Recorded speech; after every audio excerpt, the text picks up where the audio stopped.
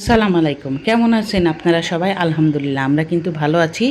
বৃষ্টির দিনে বৃষ্টি কিন্তু আমার খুব ভালো লাগে, কিন্তু বাইরে যেতে বেশি একটা ভালো লাগে না, কাদা হয়ে যায় রাস্তা। কিন্তু বৃষ্টি আমার খুবই ভালো লাগে। আর ওয়েদারটা মাশাআল্লাহ অনেক ঠান্ডা, আর মিষ্টি মিষ্টি বাতাস, খুব ভালো লাগছে আমার। আর এখানে সকালে ঘুম থেকে উঠে আমি কবুতরকে খাওয়া দিয়ে দিলাম। সকালে ঘুম থেকে উঠেই আমি আগে কবুতরকে খাওয়া দিয়ে দেই। ও আমাকে দেখলেই চিল্লাইতে থাকে, খাওয়া দিলে তারপরে শান্ত হয়, খাওয়া খেতে থাকে।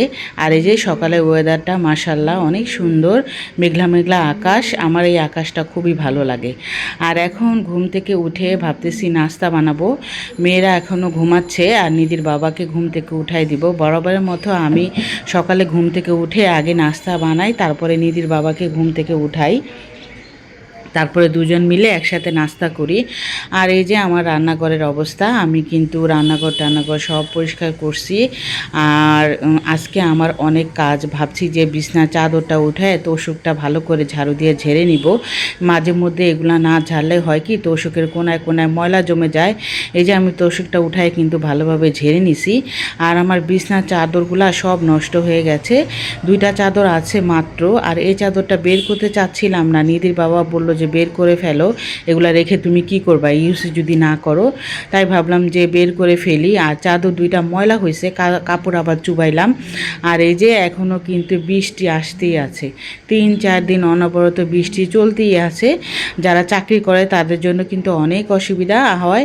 আর স্কুলে যেতেও কিন্তু অনেক কষ্ট হয় বাচ্চাদের নিয়ে। এই বৃষ্টিতে ভিজলে কিন্তু বাচ্চাদের ঠান্ডা জ্বর এটা কিন্তু আসবেই। আমার মেয়েরা কিন্তু একটুও বৃষ্টিতে ভিজতে পারে না, বৃষ্টির পানি একটু মাথায় গেলে ওদের জ্বর ঠান্ডা লেগে যায়।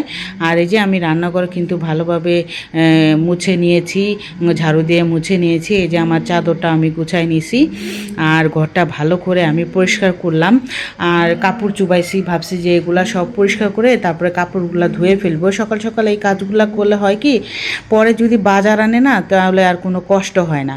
আর আমার মাঝে মধ্যে হয় কি, কাপড় চুবাইলে ঘরটার পরিষ্কার না করলে তখন হয় কি না, বাজার আসলে সব একসাথে কাজ জমে যায়। তখন রান্না করতে করতে আমার 3টা বাজে, আবার এই কাপড় ধুতে ঘরটর মুছতে মুছতে 5টা বেজে যায়। এই জন্য আজকে বললাম যে আলসামি করে লাভ নেই, কাজগুলো করে ফেলি। এই যে আমার সব ঘর গোছানো শেষ। এখানে আমি ভাত রান্না করছি, ডাল রান্না করছি, আর আলু ভাজি করছি আজকে দুপুরের জন্য। আর এখানে পানি শেষ, প্রতিদিন সকালে কিন্তু পানিটা ভরি, আজকে সকালে ভরি নাই। এই যে আলু ভাজি করে নিছি। এইভাবে আলু ভাজি করলে আমার 2 মেয়ে অনেক পছন্দ করে। আর এই যে এত আদা আমি কোত্থেকে পেলাম। আমার জাল আবার 100 টাকা করে আদা কিনছে, তো ও আমার জন্য কিনে রাখছে। তা আমি বললাম যে আমাকে দিয়ে যাইস, আমি টাকা দিয়ে দিব না পরে। ও আবার বললো আচ্ছা ঠিক আছে, আমাকে পরে টাকা দিস, তুই আদাগুলা কিনে রাখছি তোর জন্য, তুই নিয়ে যাইস। পরে ওই আদাগুলো আবার দিয়ে গেল, আমি আদাগুলো আবার ব্লেন্ড করে রেখে দিলাম। আর এই আদাগুলা কি কাঁচা আদা, এগুলা যদি আমি এখনই ধুয়ে ভালোভাবে পরিষ্কার করে ব্লেন্ড করে না রাখি তাহলে এই আদাগুলা নষ্ট হয়ে যাবে। আর এত সস্তা আদা কিন্তু সচরাচর পাওয়া যায় না, বাজারে কিন্তু 220 টাকা কেজি আদা। আর এই ভ্যানের ভিতরে কিনছে বিদায় 100 টাকা করে আদাগুলা পাইছে। আর কাঁচা আদা তো অনেক বালু ছিল, আমি অনেক ধুয়ে ধুয়ে পরিষ্কার করে যতক্ষণ পর্যন্ত বালু বের না হয়েছে অতক্ষণ পর্যন্ত ধুইছি। আর এই যে বৃষ্টি কিন্তু হচ্ছেই, সকাল থেকে বৃষ্টি গুড়ি গুড়ি পড়তে আছে। নিধির বাবা আবার বের হইলো এই বৃষ্টির ভিতরে। বাসায় থাকলে তো কোনো কাজ হবে না, কাজে যেতেই হবে। জীবনের চাহিদা মেটানোর জন্য কিন্তু কাজ করতেই হবে। আর মেয়েদের কি, যারা জব করে তাদের তো বাইরে যেতে হয়, আর আমরা যখন গৃহিণী আমাদের তো ঘরে কাজ করতে হয়। আর এই যে বিকাল হলে একটা চিন্তা, কি দিব নাস্তা। আর গতকালকে যে বাচ্চাকে আমার নিধির বাবার বন্ধু ফ্রেঞ্চ ফ্রাই দিয়েছিল আর চিকেন ফ্রাই দিয়েছিল, এখন আমাকে বললো যে আম্মু তুমি সেভাবেই আমাকে ভেজে দাও। 2 মেয়েকে আবার আমি ফ্রেঞ্চ ফ্রাই ভেজে দিলাম আলু দিয়ে। আর এখানে আমি আমার পরোটার জন্য আমি খামি করে রেখে দিই ফ্রিজে, সেটা দিয়ে ভাবছি নিধির বাবাকে একটু লুচি বানিয়ে দিব। ওই বাচ্চারাও তো বসে আছে, বিকালে নাস্তা ওকেও তো দেওয়া লাগে তাই না, খালি তো বাচ্চাদের দিলে হয় না। তাই ভাবলাম যে এখন একটু বেশি করেই বানাই, মেয়েরাও পছন্দ করে, বিশেষ করে নেহা অনেক পছন্দ করে এই লুচিটা। আমি আটা যে খামি করে রেখেছিলাম দেখলাম যে না ভালোই তো লুচি ভালোই ফুলে। আমি আবার নিধির বাবাকে বললাম দেখো এই যে আমি যে নাস্তার জন্য আটা বানিয়ে রাখছিলাম ফ্রিজে, আমি আবার 3-4 দিনে আটা গোলায় ফ্রিজে রেখে দিই, সকালে ঘুম থেকে উঠে খালি বেলে রুটি বানায় ফেলি। তো ওইটা দিয়েই ছিল 4-5 গোলা, ওইটা দিয়ে আমি ছোট ছোট গোল করে তারপরে ভেজে দিলাম।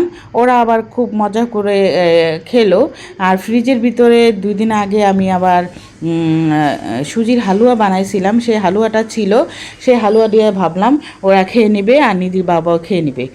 আমি আবার একটা পরে খেয়ে দেখলাম যে ভালোই তো হয়েছে, তাড়াহুড়া করে বানিয়ে দিলাম বাচ্চাদের বিকালের নাস্তা। এভাবে মাঝে মধ্যে আমি বানাই দিই বিকালের নাস্তা, ওরা খুব পছন্দ করে। বাইরের খাবারটা না স্বাস্থ্যসম্মত না, এর জন্য চেষ্টা করি ঘরে বানানোর। আর বাইরে খেলে কিন্তু অনেক খরচও পড়ে, এগুলা কিন্তু আনতে গেলে অনেক টাকা লাগতো, এজন্য চেষ্টা করি বাসায় বানানোর। আর ফ্রেঞ্চ ফ্রাই বানালে হয় কি তেলটা কিন্তু রয়ে যায়, তেল কিন্তু এত অপচয় হয় না। আশা করছি আমার এই ভিডিওটা আপনাদের ভালো লেগেছে। যদি ভালো লাগে আমার চ্যানেলটা সাবস্ক্রাইব করবেন আর সাথে থাকা বেল আইকনটা ক্লিক করে দিবেন, ভিডিও সাথে সাথে পৌঁছে যাবে আপনাদের কাছে। আর লাইক কমেন্ট শেয়ার করতে ভুলবেন না। ভিডিওতে যদি কোনো ভুল ত্রুটি হয়ে থাকে কমেন্টের মাধ্যমে জানাতে পারেন, আমি তা শুধরিয়ে নিব। আর এই যে এখানে কিন্তু নিধির বাবা আবার এখানে ওদের জন্য বিস্কুট আনছে, তো আমি আবার বলে দিলাম যে এই বিস্কুট রেখে দাও, কালকে খাবে, আজকে আর দরকার নেই। তো মেয়েরাও বললো হ্যাঁ আজকে আর খাবো না। আর ওর বাবাকে বলছে যে বাবা তুমি খাও, আমি আবার দেখাচ্ছি দেখো যে লুচি বানাইছি, আটা গোলানো ছিল ফ্রিজে, সেইটা দিয়ে আমি লুচি বানিয়ে রেখেছি। আর এই যে আমার টেবিলের অবস্থা, আমি কিন্তু সবসময় বলি সন্ধ্যা হলে আমার টেবিলের অবস্থা এরকমই হয়ে যায়। সকালবেলা সব আমি অনেক সুন্দর করে গুছাই, কিন্তু সন্ধ্যা হলে সব আবার নোংরা হয়ে যায়। আর সন্ধ্যার সময় আমি বেশি একটা গুছাই না। লুচি আটা দিয়া ওই যে নাস্তার আটা বানানো ছিল, লুচি কোনো খামি করি নেই কিন্তু, বুঝছো? ওই যে সকালে নাস্তা আটা গোলা রাখি না, ওইটা দিয়ে বানাইছি।